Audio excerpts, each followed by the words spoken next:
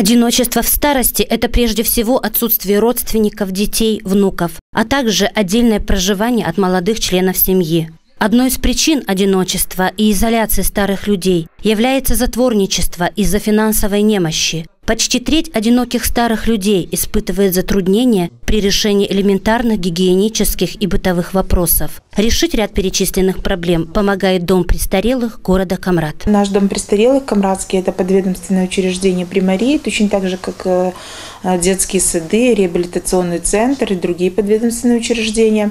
100% он финансируется из бюджета, поэтому функция здесь самая непосредственная, так как мы полностью финансируем этот Дом престарелых. У нас на сегодняшний день решением Камрадского муниципального совета утверждено положение деятельности Дома престарелых, поэтому Дом престарелых имеет свое положение и действует четко в его рамках. Состояние этого дома было очень плачевное. Значит, все текло, не хватало посуды, не хватало одно, другое, третье. Но я обратился к примару, как нам все это делать, как нам помочь этим людям жить в нормальных условиях. У нас получилось, мы выиграем грант 1 600 000. Это был совместный проект, который удался хорошо, были созданы все условия.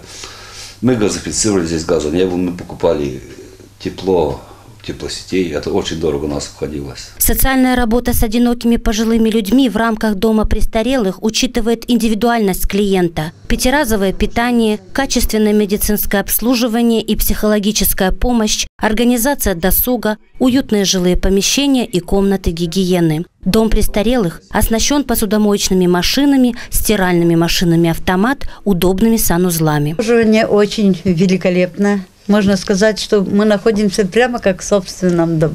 Вообще, очень хорошо нам, очень хорошо. Вот, клянусь вам. Я не обманываю, потому что я тоже работала в больнице, и я не обманываю людей.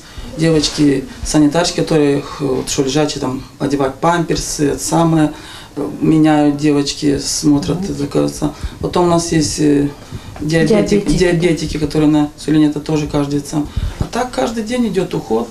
Проект по благоустройству территории Дома престарелых будет продолжаться. Отрадно, что в наше непростое время есть такие люди, которые проявляют заботу о людях, попавших в трудную жизненную ситуацию.